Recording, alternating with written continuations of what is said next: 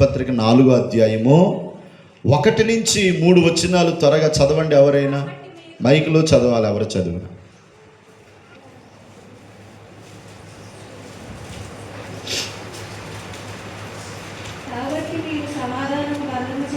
కాబట్టి మీరు సమాధానమును బంధము చేత ఆత్మ కలిగించు ఐక్యమును కాపాడుకొనుటయందు శ్రద్ధ కలిగిన వారై ప్రేమించుచు ఒకరిని ఒకడు సహించుచు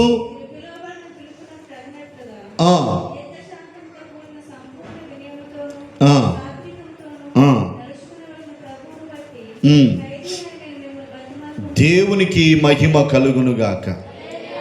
అపోస్తులుడైన పౌలు ఖైదీగా ఉండి ఎఫెసీ సంఘానికి ఒక పత్రిక రాస్తూ ఎఫెసీ పట్టణములో ఉన్న సంఘాన్ని హెచ్చరిస్తూ ఆ సంఘముతో చెప్పుచున్న ఒక అద్భుతమైన సంగతి మీకు చెప్తాను, బాగా వినాలి. చేతులు పైకెత్తి బిగ్గరగా స్తోత్రం చెప్పండి. నేను ఎందుకు పద్దాగా స్తోత్రం చెప్పమంటున్నానంటే, వాక్యం అయ్యే లోపు మీరు ఎన్నిసార్లు స్తుతిస్తే అంత దీవెని మీరు పొందుకుంటారు. ఆమేన్ అనాల. చేతులు పైకెత్తి స్తుతించటం వల్ల చూడండి, మన పూర్ణ మనసు, పూర్ణాత్మ, పూర్ణ బలముతో మనం ఎవరిని స్తుతించాలి? ఇప్పుడు పూర్ణ బలం అంటే చప్పట్లు కొట్టడం బలం, చేతులు ఎత్తడం బలం, నోరు తెరిచి హల్లెలూయా చెప్పడం, పాడడం బలం, ఆరాధించడం బలం. ఆ బలంతో మనం ఎవరిని ఆరాధిస్తున్నాం? దేవుణ్ణి ఆరాధిస్తున్నాం. హల్లెలూయా, హల్లెలూయా. చూడండి ప్రియమైన దేవుని బిడ్డలారా, చాలా అద్భుతమైన సంగతి ఇక్కడ రాసి పెట్టాడు. ఏమనో తెలుసా? పరిశుద్ధాత్మ దేవుడు ఏం చేస్తాడట? పరిశుద్ధాత్ముడు చూడండి, సమాధానము అనే బంధము చేత, స్తోత్రం చెప్పండి, ఆత్మదేవుడు కలిగించే ఐక్యతను కాపాడుకునే విషయంలో శ్రద్ధ నిలుపుడి. ఎందులో శ్రద్ధ ఉండాలి మనకి? ఎందులో శ్రద్ధ ఉండాలి మనకి? ఆత్మ కలిగించే ఐక్యతను కాపాడుకునే విషయంలో శ్రద్ధ ఉండాలి. ఐక్యతను కాపాడుకొనుటలో మనము శ్రద్ధ కలిగిన వారమై ఉండాలి. ఎలా మనం ఐక్యతను సమాధానమను మన బంధము సమాధానముతో ఉండాలి. నేను చెప్పన బంధాలు, బంధుత్వాలు, ఆత్మీయతలు, ఆప్యాయతలు, ప్రేమలు, అనురాగాలు కోల్పోయిన బిడ్డలు ప్రభు మహిమను క్యారీ చేయలేరు.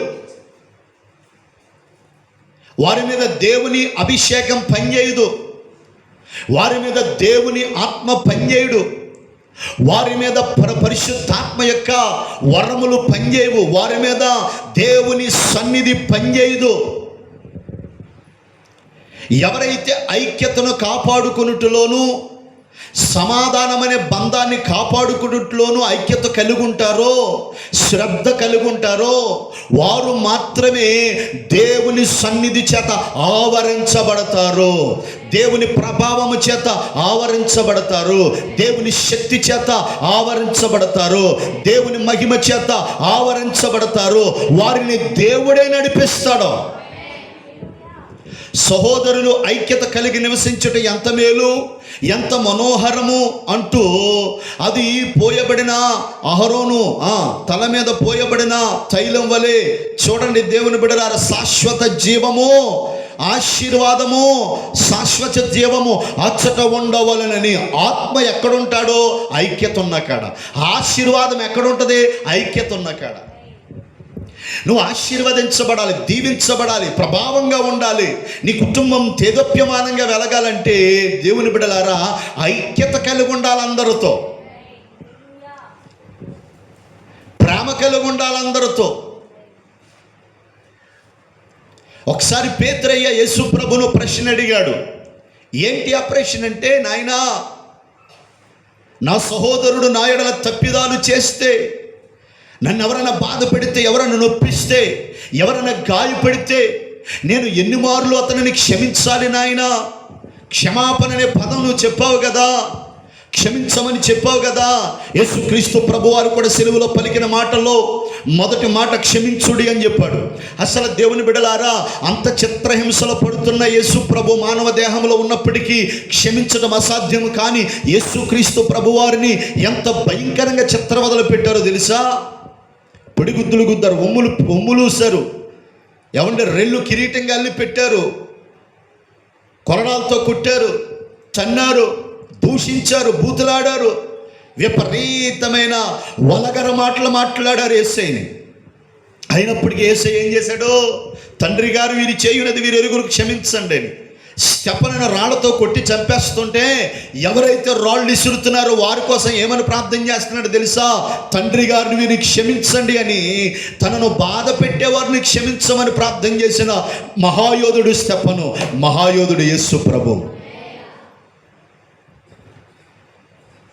దేవుని బిడ్డలమని చెప్పుకోవడం కాదు, మేము ఆత్మ సంబంధమైన సంఘంలోనికి వెళ్తాం, మేము ఒక ఉన్నతమైన బోధలో ఉన్నాం, మేము ఆరాధించే దేవుడు గొప్ప దేవుడు, శక్తివంతుడు అని చెప్పుకోవడం కాదు. నీవు క్రియలలో యేసుని చూపించగలిగితేనే నీ ఆత్మీయ జీవితానికి విలువ, నీ భక్తికి విలువ, నీ విశ్వాసానికి విలువ.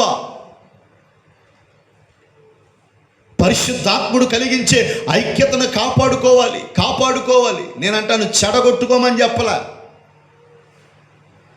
ఎవరితో నీకు ఐక్యత పోగొట్టుకున్నావు? ఎవరితో బంధాన్ని పోగొట్టుకున్నావు?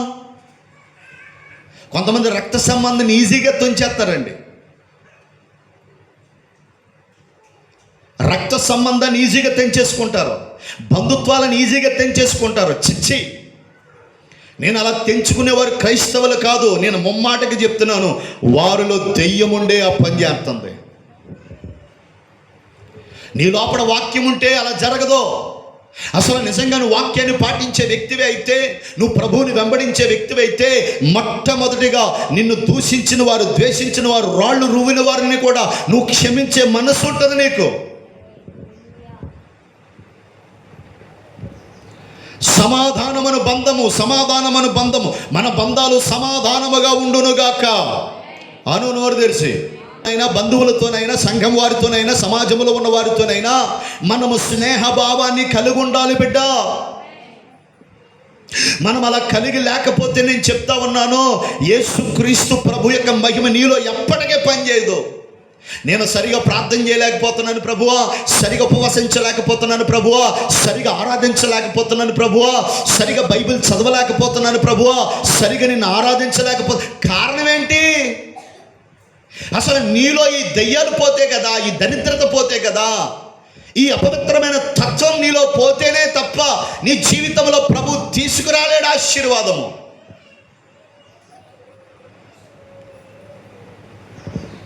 హల్లెలూయా. ఏ పేతురు అంటే, ఎన్ని మార్లు నేను క్షమించాలయ్యా? 7 మార్లా, 3 మార్లా, 5 మార్లా? అప్పుడు యేసుప్రభు అంటాడు, జీవితకాలము. ఆమేనంట్లా. మనము మనల్ని బాధ పెట్టిన వారిని నొప్పించను. ఇంకో విషయం చెప్పనా?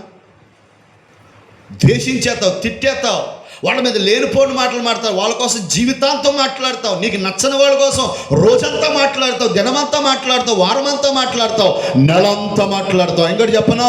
నీవు చచ్చే వరకు కూడా వాళ్ళని క్షమించకపోతే, నేను చెప్తున్నాను, యేసు ప్రభు కూడా నీకు క్షమించడు. ఆ మాట కూడా చూపిస్తాను, చదవండి మత్తయి సువార్త. ఎలా చెప్తే నేను మంచోడు కాదు, యేసు రక్తమే చేయి, మళ్ళీ నా దగ్గరికి వచ్చి పాస్టర్ గారిని మీరు ఏమని చెప్తే నేను వింటాను, కానీ అది మాత్రం నేను కష్టమండి. మత్తయి రాసిన సువార్త పెట్టుకోండి, రాసుకోండి చక్కగా. 14వ వచనం, 6వ అధ్యాయం, మత్తయి సువార్త 6వ అధ్యాయం 14వ వచనం చక్కగా ఎలుగెత్తి చదువుతారా? మత్తయి సువార్త 6వ అధ్యాయం 14వ వచనం, భక్తులారా, మనుషుల అపరాధములను మీరు క్షమించకపోయిన యెడల మీ పరలోకపు తండ్రి స్తోత్రం. హలో చెల్లి, తల్లి, స్తోత్ర గానము, ప్రతి గానము చేస్తూ ఉంటే సైతాన్ని కనుగుట్టేసి, నేను కూడా ప్రభు అంతటి వాడిని, నేను కూడా ఆయన. మా నాయన వింటున్నారా? నాయ చూస్తున్నారా? చేతపడి చూపులు ఎలా చూంటాయి. నేను అంతటి వాడిన వాళ్ళు, యేసులాగా నేను ఆరాధించబడాలి, యేసులాగా నేను మహింపరచబడాలి, యేసులాగా నేను కనపరచబడాలని ఒక కాబట్టి ఆడేం చేశాడంటే మనసులో అనుకున్నాడట, నేను యేసు అంతటి వాడిని, నాకు కూడా ఆరాధన కావాలి అనుకున్నాడట. ఈ సంగతి సర్వము ఎరిగిన దేవుడు తెలుసుకుని ఆయనకి ఇంటేయాడు. ఆడేం చేశాడంటే ఈ పడతాం భూమి మీద అడిపోయాడు. ఈ పడిపోతాం కొంతమంది సంఘాల్లో జనాల మీద అడిపోతున్నాడు. వీళ్ళకి ఏంటంటే ఏమి చేసిన వాళ్ళు ఏం అనకూడదు. ప్రభువా, అబ్రహాం ప్రార్థన చేస్తాడు. అబ్రహాం పాస్టర్ గారండి, అబ్రహాం ప్రార్థన చేస్తాడు. దేనికో సొదొమ గొమొర్రా పట్టణం కోసం కన్నీళ్ళు గార్చి ప్రార్థన చేయడం ప్రారంభిస్తాడు. ప్రభువా సొదొమ గొమొర్రా పట్టణాన్ని నాశనం చేసేస్తానని చెప్తున్నావు, దానికి దుర్గత కలుగుతుందని చెప్తున్నావు, దాన్ని అగ్నిగంధకాలతో కాల్చేస్తానని చెప్తున్నావు. అయితే నేను ఒక విషయం నీ దగ్గర అడ్డుపడుతున్నానయ్యా, అక్కడ ఒక 50 మంది నీతిమంతులు ఉంటే రక్షిస్తావా? హలో, ఒక గ్రామములో 50 మంది నీతిమంతులు లేకపోతే ఆ గ్రామము దేవునికి విరోధమైనది. దేవుడు మహాకృపలో దేవుడు తగ్గుతూ కనీసం 10 మంది ఉన్నా రక్షిస్తానన్నాడు. ఎంతమంది నీతిమంతులు అంటే ఎవరు చెప్పాలి? స్తోత్రం. హలో చెప్పాలి ఎరా ఎన్న వాక్యం.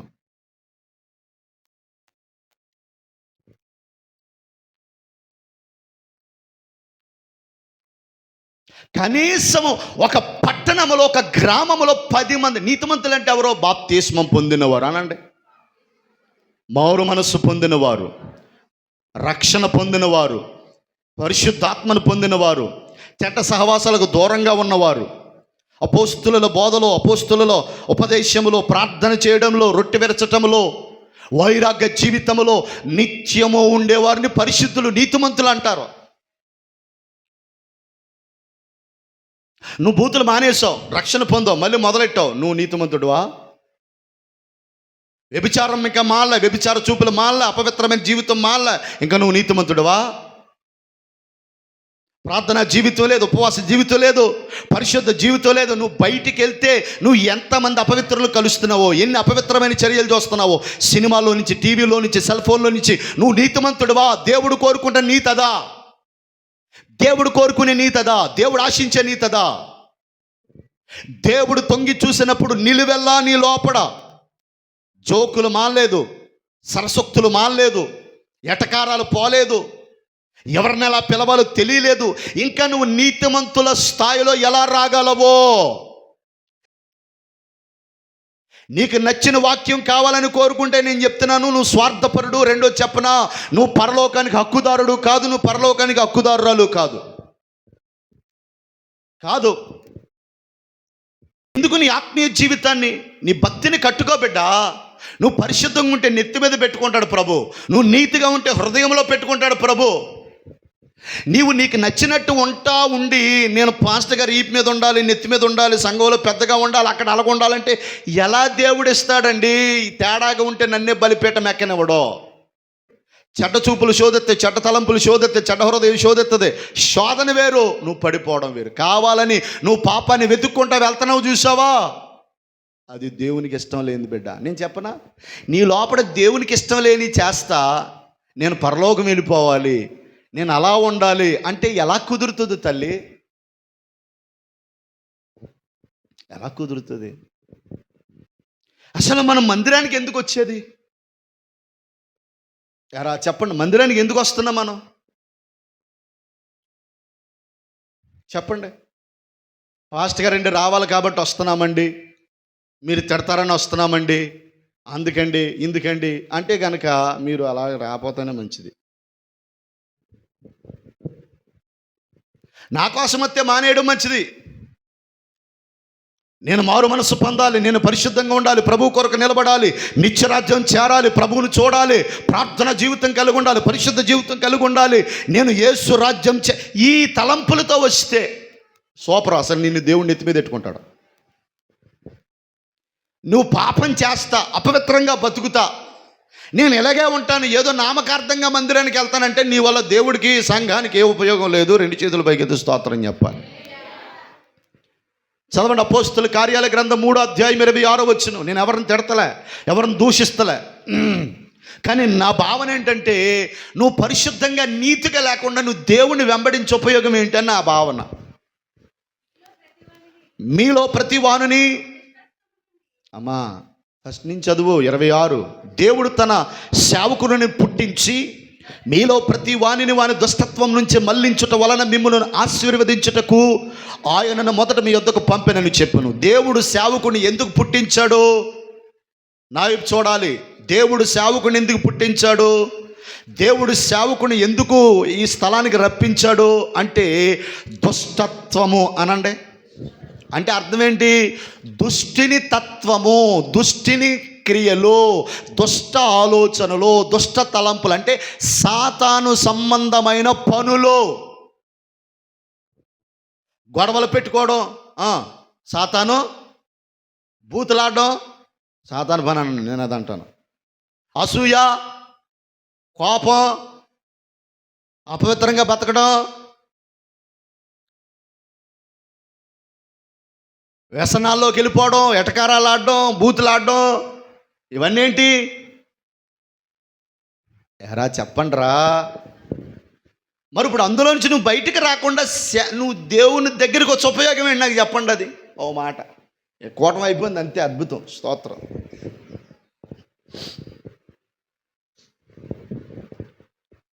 హల్లెలూయా. నాకు కూడా సమాధానం వద్దండి. ప్రభు పాదాల దగ్గరికి వెళ్ళి, ప్రభా నేను మంచిగానే ఉన్నానా? అసలు నీ గుండె మీద చేయట్టుకుని నువ్వు మంచిగానే ఉన్నావని ఒకసారి దేవునికి నీ ధైర్యంగా చెప్పు. అలా చెప్తే నీ కోసం ఎందుకురా మాట్లాడతాడో. అసలు నువ్వు ఆయన కోరుకున్న దారికి రావట్లేదనే కదా నేను హెచ్చరించేది. ఆయన కోరుకున్న స్థాయికి నువ్వు రావట్లేదనే కదా ఆయన నేను సరిచేసేది, గద్దించేది.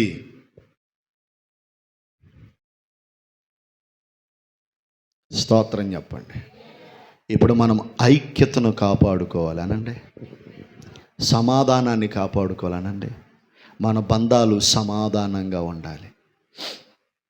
వెళ్ళిపోండి.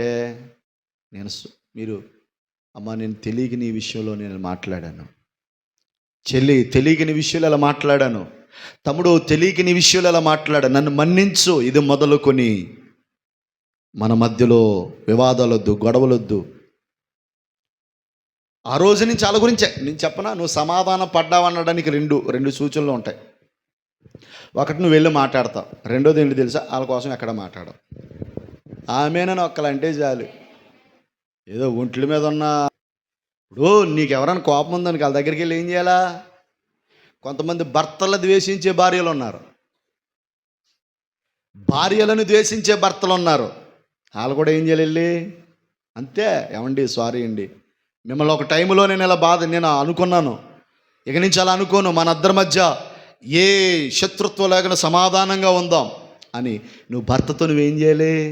భార్యతో నువ్వేం చేయాలి? క్షమించటం మనకి దేవుడిచ్చిన కృప అండి. యేసయ్య క్షమించాడు కదా. ఎరా తల్లి, మరి ఆయన బిడ్డవని చెప్పుకున్నా నువ్వు క్షమించొద్దా?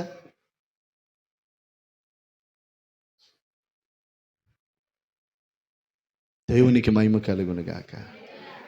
మత్తయి సువార్త 5:24 కూడా చదవండి. మత్తయి సువార్త 5:24.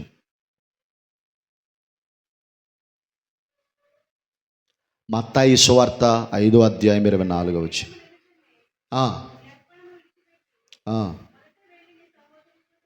స్తోత్రం చెప్పండి. చేతులు రెండు పైకి బిగ్గరగా స్తోత్రం చెప్తారా? హల్లెలూయా. చదవండి ఆ మాట. మత్తయి సువార్త 5:24. చూడండి ఇక్కడ ఏమని రాయబడిందంటే, నా వైపు చూస్తే వాక్యం చక్కగా వినాలి. చేతుల పైకెత్తి స్తోత్రం చెప్పండి ఒకసారి. చిచ్చి ఎంత కృప కుమ్మరించబడ్డ తర్వాత కూడా మీరు అట్లా ఉంటే అట్లండి. హల్లెలూయా.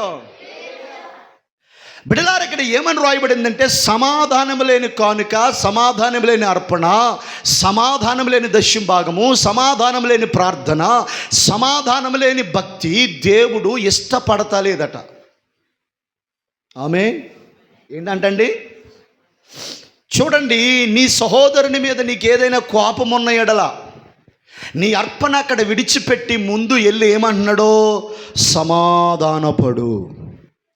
నువ్వెవరితో ఆత్మీయ సంబంధం కట్ అయిపోయిందో, స్నేహబంధం కట్ అయిపోయిందో, వాళ్ళ దగ్గరికి వెళ్ళి మళ్ళీ ఏమంటున్నాడు? సమాధానపడి అప్పుడు వచ్చి ఏం చేయమంటున్నాడో అంటే, నీ కానుకని లెక్క చేయడు సమాధానం లేకపోతే, అంటే నీ దశంభాగాన్ని లెక్క చేయడు సమాధానం లేకపోతే, వింటున్నారా? నీ ప్రార్థన వినడు సమాధానం లేకపోతే, అందుకే నీ ప్రార్థనలకి జవాబు రావట్లే, అందుకే నీ ప్రార్థనలకు ఆశీర్వాదములు రావట్లే. సమాధానం లేకపోతే నువ్వు ప్రభు పేరట ఏం చేసినది దేవుని లెక్కలోకి రాదు. అందుచేత మనము సమాధాన బంధము చేత ఆత్మ కలిగించి ఐక్యతను కాపాడుకునే విషయంలో శ్రద్ధను వహించిన వారమై ఉండాలి. స్తోత్రం చెప్పండి. వింటున్నారా? అర్థమైందా? మనము ఎన్ని మార్లు క్షమించాలి? జీవితకాలము అనండి, అనాలి. నిన్ను బాధ పెట్టినా, రాళ్ళు రువ్వినా, ఏది చేసినా ఎన్ని సంవత్సరాలు? జీవితకాలము. అది భర్త అయినా, తల్లి అయినా, అత్త అయినా, మామ అయినా, భర్తగారైనా, బావగారైనా, తోడుకోడలైనా, మట్టి అది ఎవరైనా, ఏ బంధమైనా దేవుని బిడ్డలారా ఏం చేయాలండి? సమాధానపడాలి, క్షమించాలి. క్షమించకపోతే నీ అర్పణ అంగీకరించడో, నీ ప్రార్థన అంగీకరించడో, నీ దశంభాగం అంగీకరించడు. ఎన్ని సంవత్సరాలుగా దశంభాగం ఇస్తున్నావు, కానుకలు ఇస్తున్నావు, నీకు దీవెన రాకపోవడానికి ఇదొకటి కారణం అవ్వచ్చు కదా, ఇదొకటి కారణం అవ్వచ్చు కదా. అందుచేత సమాధానము కలిగి నిశ్చయముగా దేవుని బిడ్డలుగా మనము బ్రతుకుదుముగాక. ఆమేనంటలేదండి. హల్లెలూయా. చూడండి, గలతీ పత్రిక 5:13 చదవండి. గలతీలకు రాసిన పత్రిక 5:13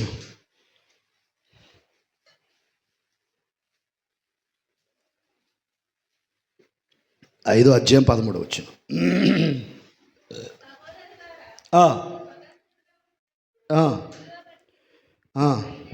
22 చదువున్నాను. 5:22. అయితే ఆత్మఫలమేమనగా, స్తోత్రం చెప్పండి, చదవండి బాగా. ఆత్మఫలము ఏమనగా, ఏమండి వింటున్నారా? నా చూడండి, ఆత్మఫలము అనగా చెప్పండి. ఆత్మఫలములలో సమాధానము అనే ఫలం కూడా ఉంది. ఆమె ఇప్పుడు నువ్వు గనక సమాధానం అనే బంధము చేత ఆత్మ కలిగించి ఐక్యములో లేకపోతే నీ లోపల ఆత్మ సంబంధమైన ఫలాలు కూడా లేనట్టేనట. హలో, విన్నారా? అర్థమైందా? మళ్ళీ చెప్పనా? నీ లోపల సమాధానం లేకపోతే ఆత్మఫలము కూడా లేనట్టే. ఇంకో విషయం చెప్పనా? సర్వ సృష్టిలో, ప్రపంచములో, పంచభూతాలలో కలగజేసింది, యేసుని కలగజేసింది, సృష్టిని సృష్టించింది, ప్రస్తుతం మనల్ని నడిపిస్తుంది, పరలోకం తీసుకెళ్లేది పరిశుద్ధాత్మదేవుడే. అలాంటి పరిశుద్ధాత్మ ఫలం నీలో లేకపోతే ఇక నువ్వు పరలోకం ఏమి వెళ్తావు? త్రోవలో ఉన్న చెట్టు ఎండిపోవడానికి కారణం ఫలం లేకపోవడం కదా. ఒక వ్యక్తి ఫలము లేకపోతే ఎండిపోతాడండి, ఉపయోగపడడు. మనము దేవునికి ఉపయోగపడాలంటే ఆత్మ సంబంధమైన ఫలములు చేత నింపబడాలి. మనం ఆత్మ సంబంధమైన ఫలములు మనలో లేకపోతే నిశ్చయముగా చెప్తా ఉన్నాను దేవుని బిడ్డ, మనము నిత్యత్వానికి, ప్రభువుకి ఉపయోగకరమైన వారు కాదు. మొదటి దశలోని పత్రిక 5:13 చదవండి.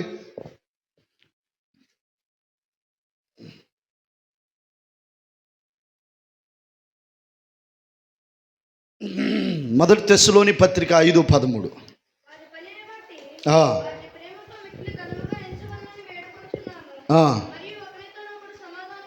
ఇదిగో స్తోత్రం. ఏంటంట? ఒకనితో ఒకడంటే ఎవరో? సంఘము. చెప్పండి, సంఘములో మనం అందరితో ఎలా ఉండాలి? అయ్యా, మమ్మల్ని అందరూ విలేసినట్టు చూస్తున్నారండి, మాతో ఎవరు మాట్లాడతలేదండి, మేము అంటరోళ్ళమండి. నువ్వు చేసుకున్నదే, ఎవడో చేయలే, నువ్వు చేసుకున్నదే. నీతో ఎవరితో ప్రేమ బంధాలు ఉండవు, ఎవరు బాగోపోని వెళ్ళవు, ఎవరిని పలకరించో, ఎవరితో సరైన సత్సంబంధాలు ఉండవు, ఎవరితో ప్రేమానురాగాలు ఉండవు, పలకరింపు ఉండదు. కొంతమంది ఒక మంచి మాట మాట్లాడరండి, మంచి పలకరింపు ఉండదండి. నేను చెప్పనా? సంఘములో ప్రతి ఒక్కరిని సన్మానించాలి, గౌరవించాలి. వాళ్ళు ఏ క్యాస్టా, ఏ కులమా, ఎలాంటి వాళ్ళలో మంచి బట్టలు వేసుకున్నారు, తెల్ల బట్టలు వేసుకున్నారు, నల్ల బట్టలు వేసుకున్నారు, మురికి వాసన వస్తుందా, చెండుకొని పోతుందా, ఈ దరిద్ర చెత్త ఉండకూడదు. స్తోత్రం, హల్లెలూయా. వాళ్ళు ఏం చేయాలండి? మనం గౌరవించాలండి. అక్కడ రాయబడింది కదా, ఒకనితో ఒకడో సమాధానము. సంఘంలో నీకు అందరితో సమాధానం ఉందా? అందరితో సమాధానం ఉందా? నీ పేరు చెప్తే అందరూ పరుగులెత్తుకుని వచ్చే అంత స్థాయిలో నువ్వు ఉన్నావా? అసలు నీ పేరు చెప్తే నీకేదైనా సమస్యతో పరుగెత్తుకొచ్చేయాలి. ఎందుకంటే నువ్వు అట్లాంటి నిష్కాపట్యమైన ప్రేమ ప్రతి ఒక్కరమే చూపించాలా. హల్లెలూయా. నువ్వు అలాంటి ప్రేమ అందరమే చూపించాలండి. కొంతమంది ఎలా ఉంటారు, బైబిల్లో ఉంది, ఒకరి మీద ఒకరికి ద్వేషభావాలను నింపేవారు దేవుని పిల్లల కాదు, దెయ్యంగాడి పిల్లల. నీకు ప్రేమను ఏం చేయాలి? వృద్ధి చేయగోరువాడు తప్పిదములను దాచిపెడతాడట. ప్రేమను వృద్ధి చేయగోడు తప్పిదములు దాచిపెడతాడు. అంటే ప్రేమ ఏం చేయాలి? మనం వృద్ధి చేయాలి అనండి. ప్రేమ ఏం చేయాలి? కొరింథీయులకు మొదటి పత్రిక 14:1 మీరు తీయక్కర్లే. ప్రేమ కలిగి ఉండడానికి ప్రయాసపడండి. నేను ఈ సంగతులన్నీ మీకు ఎందుకు చెప్తున్నానంటే బిడ్డలారా, మనము సంఘముతో, దైవజనుడితో, దేవునితో, సమాజముతో ఒక బంధము, సాక్ష్యము, మంచి పేరు లేకపోతే నువ్వు ఎన్ని సంవత్సరాలు ప్రార్థన చేసిన, ఎన్ని సంవత్సరాలు ప్రభువుని వెంబడించినా నీకు ప్రభువుకి సంబంధం ఉండదు. ఖచ్చితంగా తెలుసుకోవాలి మీరు. దేవునికి స్తోత్రం. తిమోతి 2:22 చదవండి. 2 తిమోతి 2:22 చదువు నాన్న. తీసావా? చదువు. 2 తిమోతి 2:22. తిమోతి పత్రిక 2:22. 2 తిమోతి. యవనేచ్ఛల నుంచి పారిపొమ్ము.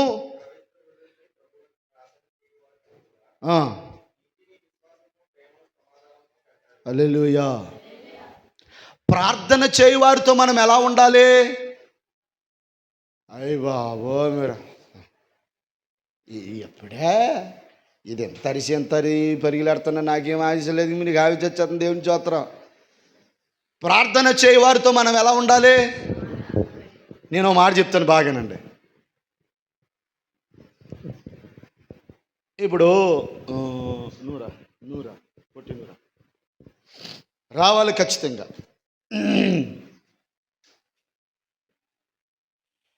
స్వాతి బాగా ప్రార్థన చేస్తుందండి. స్వాతి, ఇప్పుడు వీళ్ళిద్దరు, స్వాతి అంటే కోపం ఉందండి. వీళ్ళిద్దరూ, మీరిద్దరు మోకరించండి. పొట్టి మీద్దరు, నువ్వు కాదు. వీళ్ళిద్దరు ఎంత ప్రార్థన చేసినా ఏమండి, ప్రార్థనా పరులకు విరోధంగా ఉన్నారు కాబట్టి వీళ్ళ ప్రార్థన అంగీకరించబడదు, వీళ్ళ అర్పణ అంగీకరించబడదు, వీళ్ళ స్తుతి అంగీకరించబడదు, వీళ్ళ ప్రభు దృష్టిలో రారు. ఎందుకో తెలుసా? ఈమె మొదటి నుంచే ప్రార్థనా పరురాలు కాబట్టి దేవుడు ఈమెతో పెనవేయబడి ఉంటాడు, దేవుడు ఈమెతో అంటుకట్టబడి ఉంటాడు. అందుకని వీళ్ళ కోసం మనం ఎంత ప్రార్థన. ఇప్పుడు ఈ ప్రార్థన చేసేవారితో ఎలా ఉండాలంట? లేచి నిలబడండి మీ ఇద్దరు. ఇప్పుడు ప్రార్థించే సంఘంతో మిగిలిన వాళ్ళందరూ ఎలా ఉండాలంట? సఖ్యత. లేదంటే నీకే నష్టం. ప్రార్థించే బిడ్డతో వ్యతిరేకంగా ఉంటే, అది దైవజనుడైనా సంఘ బిడ్డ అయినా, ప్రార్థన చేసే మనిషితో వ్యతిరేకంగా ఉండి, మనిషి ప్రభు పలానా వ్యక్తి కూర్చొని, మీరు పలానా ఆమె నా కోసం ఇలా మాట్లాడుతుందట నాయన, పలానా వ్యక్తులు నా కోసం ఇలా అన్నారని ఆయన ఏడ్చినా, నేనేడ్చినా, అలా ప్రార్థించే వాళ్ళకి విరోధంగా ఉన్నప్పుడు నువ్వేడ్చినా నీ ఏడుపు ఎవరికి తగిలేద్దే? ప్రార్థించేవాడు ఎవరి దగ్గర విరోధంగా ఉన్న వాళ్ళ తగిలేద్దే. చాలా విషయాల్లో నీకయ్యే శాపాలు. మీరు అనుకుంటారు ఎక్కడి నుంచి వచ్చేసి నీ శాపాలన్నీ, గొడవలన్నీ, అనశాంతి మనసు. ఏం కాదు. ప్రార్థించే బిడ్డలతో నువ్వు విరోధంగా ఉంటున్నావు, వాళ్ళ కోసం చెడ్డ మాట్లాడుతున్నావు, అందుకే నీ జీవితంలో మనశ్శాంతిని కోల్పోతున్నావు.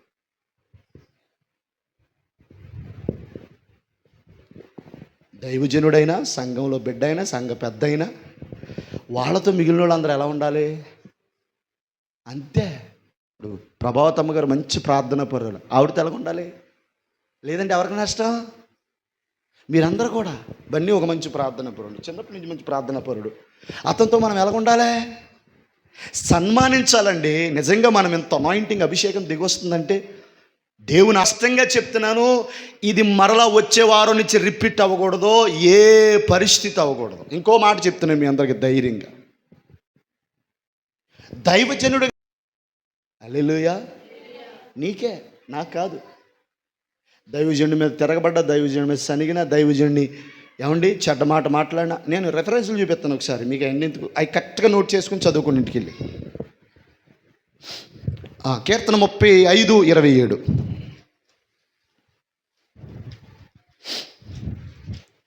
35:27.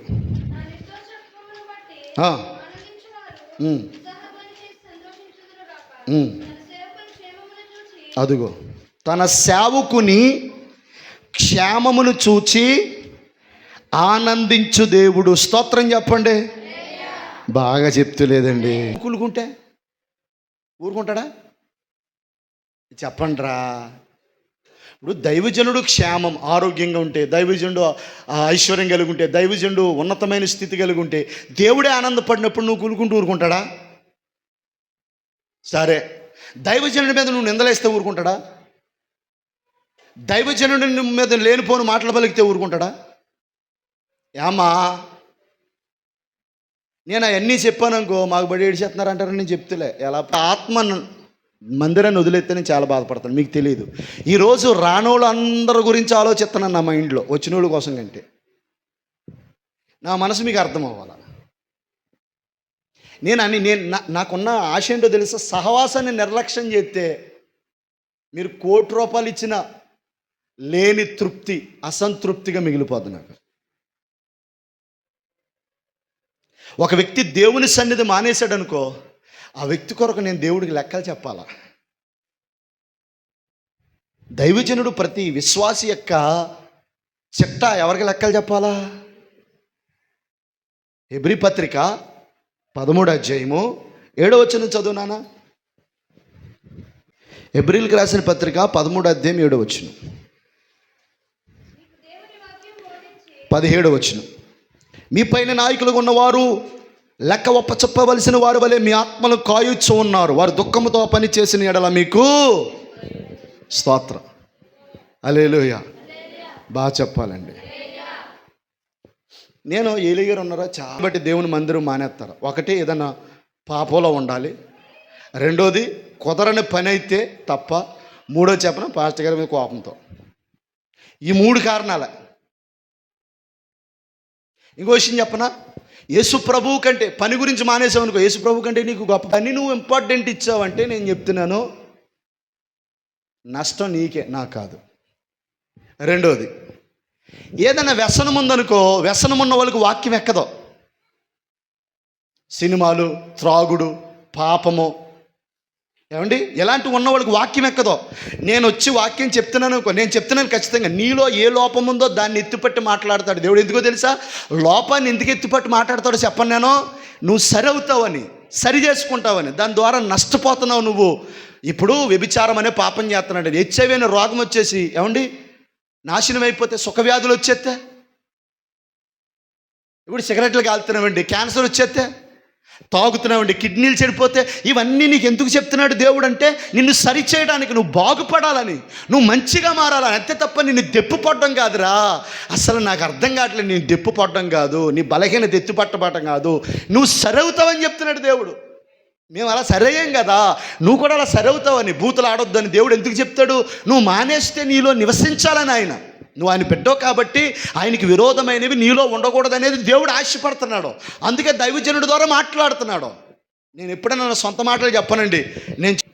నేను వాక్యం చెప్పడం గొప్పతనం కాదండి, చెప్పబడిన వాక్యం మీద మీరు పొదిగి, అయ్యా నిజమే నాలో అసమాధానం ఉంది, సంబంధం లేదు, నేను ఆత్మ కలిగించి ఐక్యతను కాపాడుకుంటలేదని ఏడవాలి, రోధించాలి, కన్నీళ్లు గార్చాలి. విత్తబడిన వాక్యాన్ని బట్టి ఏడవాలా. అది వాక్యం ఫలించినట్టు. విత్తబడ్డమే గొప్పతనం కదా, వాక్యం ఫలిస్తే అప్పుడు మాకు సంతోషం. నిన్నటి నుంచి ఉపవాసంతో నేను పడిన ప్రయాసకే, మీరు స్పందించిన స్పందనకే, కార్చిన కన్నీరికి, మార్చుకున్న మార్పుకి నేను చేసింది దేవుని దృష్టిలో ఫలము కలుగుతుంది. అదే నా బాధ. వ్యసనాల్లో ఉన్నవాడికి వాక్యం ఎక్కదు, వ్యసనాల్లో ఉన్నవాడికి పాస్టర్ గారు ఎక్కడు, వ్యసనాల్లో ఉన్నవాడికి సంఘం ఎక్కదు, వ్యసనాల్లో ఉన్నవాడికి దేవుని మాటలు ఎక్కో, వ్యసనాల్లో ఉన్నవాడికి కానుకలు ఎక్కో, వ్యసనాల్లో ఉన్నవాడికి దశంభాగాలు ఎక్కో. వ్యసనాల్లో ఉన్నవాడు, నేను చెప్తున్నాను, నువ్వెంత బలవంతంగా దేవుని దగ్గరికి నడిపించాలని చూసినాడు రాడు. దేవుని స్తోత్రం. ఇక మూడోది, నా మీద కోపం. నా మీద కోపం వాళ్ళు ఎవరున్నారు? అసలు నేను పెద్ద బబ్బులం కండి. నా మీద కోపం, ఇప్పుడు ఎవరి కోపం వచ్చినా ముందు ఎవరి మీదకి వచ్చేద్ది? భార్య మాట్లాడిపోయిన భర్త ఎవరి మీద కోపం ఇస్తాడా? ఆవిడ ఎక్కడైనా తేడాగా ఉందా ఎవరి మీద కోపం ఇస్తారా? నువ్వు చర్చికి వెళ్తున్నావు, ఆడే నీకేం చెప్తులేదా అని ముందు నువ్వు చర్చి మానే అంటాడు. అంతే తప్ప నువ్వేం నేర్చుకున్నావు, పాస్టర్ గారు నిన్ను ఎంత బోధిస్తున్నాడని ఈ విధంగా మాట్లాడు. నువ్వు చర్చికి వెళ్తున్నావు, పాస్టర్ గారు నీకేమి నేర్పి, ఇదే నీకు నేర్పించాడా? ఇదేనా నువ్వు వారం వారాలు నేర్చుకుంటుంది? అయితే మానే అన్న మాటే తప్ప దైవజనుడు అంత భారంగా చేస్తున్నాడా? నేను అనుకుంటున్నాను తుపాకులు కొన్ని బిడ్డలకే విలువ అర్థం అవ్వలేదని అనుకుంటున్నాను. నేను నాకు తెలిసి అందరికి కాదు తల్లి, అందరికి కాదు, కొంతమందికి దైవజనుడు అంటే విలువ తెలియట్లేదేమో అనుకుంటున్నాను నేను. మన మధ్య ఉంటున్నాడు కదా, మనవాడు మనలో ఒకడు. హల్లెలూయా, దేవుని స్తోత్రం. మనవాడు మనందరి వాడు మనలో ఒకడు. దేవుని స్తోత్రం. దైవజనుడు ఎప్పుడు ప్రత్యేకంగా చూడాలి. నువ్వు అలా చూస్తేనే నిన్ను అందరూ ప్రత్యేకంగా చూస్తారు. నువ్వు దైవజనుడు ఎలా చూస్తున్నావు, సంఘంలో బిడ్డలు ఎలా చూస్తున్నావు, నీ విలువ కూడా సమాజంలో ఏడిచింది. ఇదే ఓ హల్లెలూయా, స్తోత్రం చెప్తలే, ఈ పెద్ద పని మీద ఏ చెప్తుంది. కానీ ఇప్పుడు నువ్వేమి ఎత్తుతావు అదే స్తోత్రం. రెగ్యులర్గా ప్రార్థనకు వచ్చి సంఘంతో సమాధానంగా ఉండి దైవజనుడితో సమాధానంగా ఉండి దేవుడితో ప్రేమ కలిగి ఉంటే చాలు. నేను అంతకు మించి ఏం కోరుకుంటలే మిమ్మల్ని. ఎందుకంటే మీ స్థితి ఏంటో నాకు తెలుసు కదరా. మీరు అంతంత ఇవ్వలేరు కదా. దేవుడు వాళ్ళని ఉన్నత స్థాయిలో ఉంచాడు కాబట్టి వాళ్ళు ఇవ్వగలరా? మీరు ఇవ్వలేరురా. మీరు ఇచ్చిందే నాకు పట్టించుకునేదాను. ఎవరో ఏదో చెప్పారు, మానేసావు. అంటే దైవజనుడికి అంతే అర్థమయ్యాడు, దైవజనులు అంతా అర్థమైంది. ఒక చోట అంటారు పౌలు గారిని, అయ్యా